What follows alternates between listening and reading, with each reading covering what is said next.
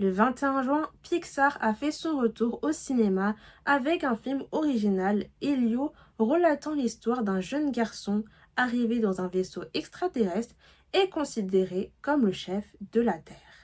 Mais ce film n'a pas attiré beaucoup de monde au cinéma, faisant de lui le pire démarrage du studio. Alors, est-ce que ce flop est mérité ou pas? C'est ce que nous allons voir dans cette vidéo. Ils m'ont entendu.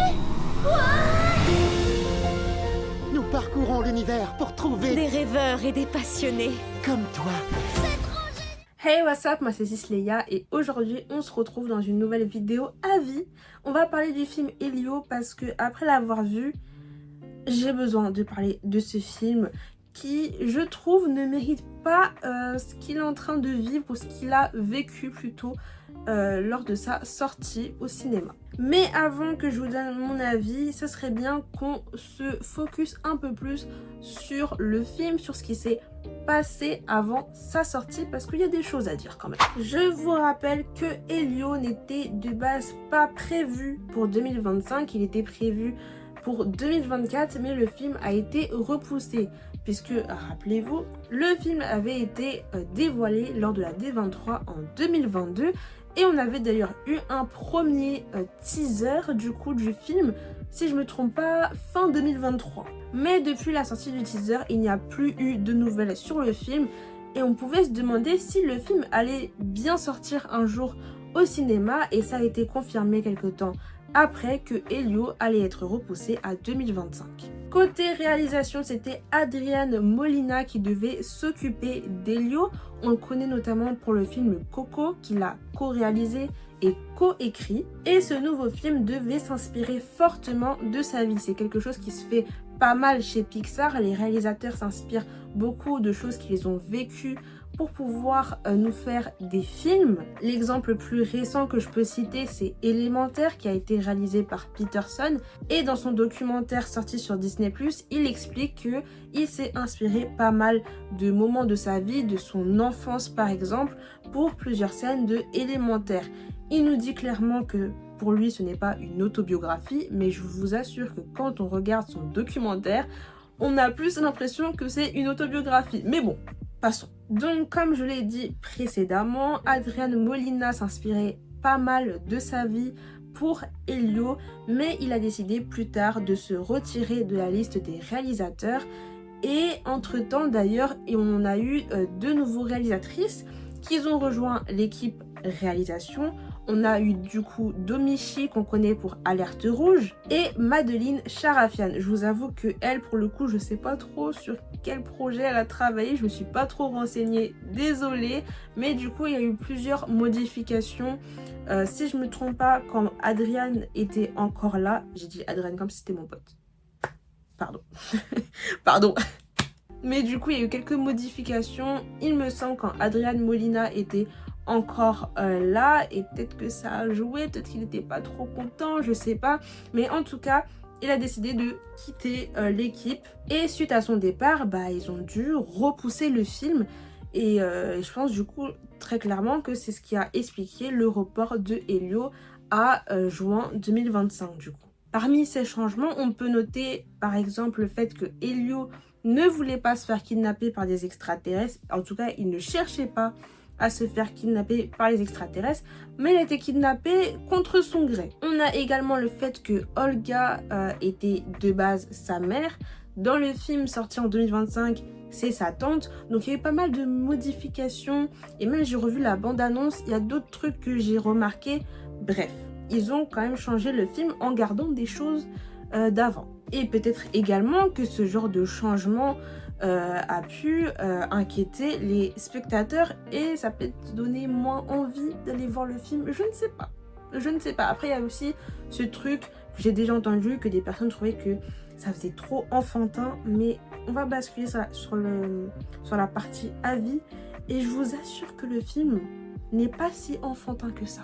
C'est le moment de donner mon avis. Il faut savoir que malgré les reports, malgré cette période où on n'a pas eu de nouvelles d'Elio, en fait au fond j'espérais tellement qu'il sorte ce film, j'avais peur pour ce film parce que ça reste un film original quand même, ce n'est pas une suite. Après Pixar, franchement, ils continuent quand même à nous sortir pas mal de films originaux et ça, j'aime beaucoup. Merci. Mais je croyais en ce film et quand ils l'ont relancé entre guillemets en sortant des bandes annonces, en nous disant que le film allait sortir en juin, je croyais tellement en ce film. Je sais pas, en fait j'avais pas vu le film mais j'étais persuadée que le film allait me plaire. Et franchement, j'avais une très très bonne intuition. Comme je l'ai dit précédemment, il y a des personnes qui ont dit très clairement que le film paraissait un peu trop enfantin. Et c'est vrai qu'avec les visuels qui étaient sortis, les visuels qui nous étaient présentés, on avait peut-être cette impression-là que c'était un film un peu plus pour les enfants. Et peut-être ça donnait peut-être un peu moins envie pour les personnes plus grandes, je sais pas, mais en tout cas, s'il vous plaît, c'est faux. Détrompez-vous, le film n'est pas si enfantin qu'il peut laisser transparaître. Le film n'est pas si enfantin et je vous jure que ça peut même vous déchirer le cœur tellement... Et c'est pas un petit film pour enfants, hein. Je vous jure que waouh, je m'attendais pas à autant d'émotions. Alors les enfants peuvent aller le voir, hein. Je suis pas en train de dire que c'est pas un film qui est pas adapté aux enfants, mais ça reste un film qui faut... En fait, ce que je veux dire surtout, c'est qu'il faut pas que vous vous laissiez avoir entre guillemets par ce qui vous est montré, parce que c'est pas la réalité des choses. Je vais prendre un exemple, et là je sors du contexte complètement, mais je prends l'exemple de Oshinoko. Quand tu regardes la couverture du tome 1, tu te dis ça va être un truc tout mignon, etc. Tu ouvres le tome 1, tu lis le tome 1. Faut pas se fier aux apparences. C'est tout ce que j'ai à dire. Pour revenir un petit peu sur le film, on est sur un jeune garçon qui s'appelle Elio et qui est passionné par l'espace. Et lui, il veut du coup aller dans l'espace, il veut vivre avec les extraterrestres et ça va au-delà d'une passion parce qu'on va très vite comprendre que Elio ne se sent pas à l'aise sur Terre, il ne se sent pas à l'aise dans son quotidien, il a cette impression de ne pas être à sa place et de ne pas être accepté. Et rien que ça fait mal. Parce que il doit même pas avoir 10 ans, à peine 10 ans. Je lui donnerais même pas plus que 10 ans. Allez, 11 max. C'est un petit, un tout petit. Genre vraiment, je le vois en primaire. Hein. Il est petit. Et il va faire la rencontre d'un autre personnage du coup qui est Glordon et qui est un extraterrestre. Et les deux vont se lier d'amitié et ils vont très bien se comprendre parce qu'en fait, ils ressentent la même chose. Ils se sentent rejetés, ils ont l'impression de ne pas être à leur place, ils ont tout simplement l'impression de ne pas être aimés et c'est tellement déchirant de les entendre. Genre je vous jure qu'il y a des moments où je me suis dit mais je vais chialer tellement ça me faisait mal au cœur, ça me brisait le cœur de les entendre en fait parce que c'est des enfants. Et même s'ils se connaissent pas depuis très longtemps, ils vont quand même réussir à tisser un lien très fort et c'est clairement la relation qu'on va retenir du film parce qu'elle est clairement magnifique, les deux, genre leur amitié, c'est tellement beau et tellement déchirant en même temps parce qu'on sait ce qu'ils ressentent et... Ça fait trop de la peine. Hein. Le début aussi de Elio m'a fait pas mal penser à Lilo et Stitch. Et plutôt au live action pour ceux qui l'ont vu. Parce que, pour rappel, du coup, Olga est la tante d'Elio. Et Elio a perdu ses parents. Donc c'est sa tante qui s'occupe de lui. Un peu du coup de la même manière que Nani s'occupe de Lilo parce que elles ont perdu leurs parents. Et pourquoi je dis que ça me fait penser à Lilo et Stitch? Parce que Olga, de la même manière que Nani, a dû faire des sacrifices pour pouvoir s'occuper de son neveu, abandonner ses rêves pour lui. Et vraiment tout ce passage-là du début, je me suis dit mais waouh, ça me fait trop penser à Lilo et Stitch. C'est à ce moment-là que tu te dis ah oui c'est vrai, Pixar appartient à Disney. D'ailleurs, on va pas trop s'attarder non plus sur la mort des parents. On sait que malheureusement, ils sont décédés. On sait pas de quoi, mais j'ai l'impression que les deux aussi étaient fortement liés à l'espace, hein, dans le sens où je pense que c'était des astronautes, tout simplement. Donc, est-ce que c'est pas, par exemple, je sais pas, ils étaient dans une fusée et malheureusement, bah, la fusée a explosé. J'en sais rien. Je sais pas, on va pas s'attarder sur leur mort, mais j'ai l'impression que eux aussi, ils étaient astronautes. Et voilà, c'est un truc de famille, l'espace. Je pense que c'est ça. Le film est extrêmement touchant. Je vous ai dit le nombre de fois où j'ai cru que j'allais pleurer. Mon Dieu, genre vraiment, mon Dieu, il y a des phrases que Elio ou Gordon vont lâcher qui sont déchirantes, ça te fait tellement mal au cœur. Et au-delà de ça, si je bascule un petit peu sur autre chose, au niveau du visuel, et bah c'est magnifique. Mais ça, c'est encore une fois, on n'est pas choqué. Pixar, ils arrivent toujours à nous faire des films très beaux visuellement. Ça me fait penser d'ailleurs à une des scènes du film, et pour moi c'est la plus belle scène d'ailleurs du film. C'est la scène finale en fait, mais je pourrais pas vous détailler plus parce que j'ai pas trop envie de spoiler, mais cette scène est tellement magnifique, je me suis pris une claque. J'étais comme ça, waouh, incroyable. Merci Pixar. Je pense que je n'ai pas énormément de choses à dire sur ce film, mais s'il y a bien un truc que j'ai envie de dire, c'est que malheureusement ce film a un peu subi... comment dire? En fait, tout ce qui est sorti pour faire la promo du film, les bandes annonces et tout, n'ont pas joué en la faveur du film, ce qui ça n'a pas donné en fait envie aux gens d'aller voir le film parce que bah après je pense pas que c'était le cas de tout le monde, je pense que d'autres personnes avaient d'autres raisons, mais en tout cas il y a des personnes qui ont dû se dire c'est trop enfantin, j'ai la flemme, j'ai pas envie, alors que en fait c'est pas du tout un film si enfantin que ça, hein, je vous jure, ce film mérite d'être vu. Et franchement, Pixar ont fait un très bon boulot avec ce film. J'étais... Est-ce que je peux dire que j'ai été agréablement surprise? Oui et non, mais en fait, je croyais tellement en ce film que du coup, j'étais contente de voir que j'avais raison de croire en ce film parce que c'est un beau film. C'est un très beau film, très touchant. Et ouais, franchement, Elio, bravo. J'aurais clairement pu vous dire que c'était mon film d'animation préféré.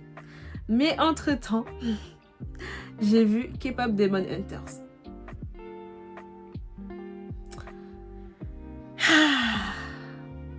Que dire? De toute façon, c'est pas une vidéo avis sur K-pop Demon Hunters. Je pense en tourner une prochainement, même si elle arrivera très tard par rapport à la sortie, enfin la date de sortie du film sur Netflix. Mais je pense que j'ai besoin d'en parler un petit peu aussi en vidéo. En vidéo longue surtout, parce qu'en format court, il n'y a pas assez de temps pour pouvoir parler pleinement de K-pop Demon Hunter. Mais le film m'a retourné le cerveau. Du coup, et encore quoique je trouve que ça se tape quand même. Hein. Ça se tape, mais je pense quand même que K-pop Demon Hunters va aller loin. Je sais pas s'ils vont mettre le film dans la catégorie meilleur film d'animation aux Oscars. Mais en tout cas, si c'est le cas, je pense qu'il y a de très fortes chances que le film gagne. Il y a de très fortes chances, je pense. Donc voilà, franchement, Elio, ça m'attriste parce que c'est vraiment un très beau film. Et en fait, personne, enfin, c'est pas personne, mais très peu de gens sont partis le voir et très peu de gens lui ont donné sa chance au final. Et je crois qu'il est encore au cinéma. Je pense qu'au moment où je suis en train de tourner la vidéo, encore, quoique, je sais pas. Parce qu'au moment où je chante cette vidéo, on est mardi et généralement, c'est le mardi qu'ils annoncent du coup le planning des séances au cinéma pour cette semaine-là jusqu'au mardi prochain. Donc je sais pas si Elio est encore au cinéma, mais en tout cas, si c'est le cas, foncez. Si vous l'avez pas vu, foncez. Vous avez rien à perdre. Franchement, vous avez rien à perdre. Le film est très beau. Préparez vos mouchoirs si vous êtes très sensible, parce que je vous jure que c'est déchirant. Mais ouais, franchement, Pixar, ils ont fait un bon boulot avec ce film. Franchement, très bon boulot. Hein. Lui et Élémentaire, franchement, bravo, vous avez géré. Buzz l'éclair, ça allait, mais je trouve que en termes de nouveaux films, est-ce qu'on peut mettre Buzz l'éclair dans les nouveaux films aussi? Parce que Buzz l'éclair, le truc, c'est qu'on connaît le personnage. Enfin, on le connaît de Toy Story. Mais le film, au final, tout est nouveau. Hein. C'est pas le Buzz l'éclair qu'on connaît dans Toy Story. Allez, je le mets parmi les films originaux. Désolé, il est en bas du classement pour moi. Franchement, Élémentaire et Elio, je les mets au-dessus, hein, clairement. Mais franchement, Pixar, ils ont géré. Et d'ailleurs, l'année prochaine, on a du coup Hoppers. Alors, faut savoir que, je crois que j'avais déjà dit en plus, parce que j'ai fait une vidéo sur la D23 et c'était là qu'ils avaient annoncé le film Hoppers, c'était la D23 de l'année dernière du coup, été dernier, ou tout dernier. Et ils avaient annoncé le film, ils nous avaient partagé du coup un petit résumé. Ça m'avait pas donné envie. Là, ils ont sorti une bande-annonce, il y a pas très longtemps. Ça me donne un peu plus envie. Après, c'est un film de Pixar, donc dans tous les cas, je serais allée le voir. Mais du coup, ça attise ma curiosité. J'irai le voir. Peut-être que ça va me surprendre d'ailleurs, parce que c'est pas forcément un film sur lequel je mise beaucoup en fait. Vous voyez, c'est pas comme Elio où je savais que le film allait me plaire, que j'avais beaucoup d'espoir en ce film. Là, Hoppers, vraiment, j'y vais comme ça. Hein. Je vais voir. Si ça me plaît, tant mieux. Si ça me plaît pas, tant pis. De toute façon, j'ai pas de réelle attente envers ce film. Juste hâte de découvrir ce que Pixar va nous proposer l'année prochaine en termes de nouveaux films. Même si on va avoir du coup aussi une suite avec Toy Story 5. On verra bien. En tout cas, c'est la fin de cette vidéo. J'espère qu'elle vous aura plu. N'hésitez pas à me dire en commentaire si vous êtes parti voir Elio.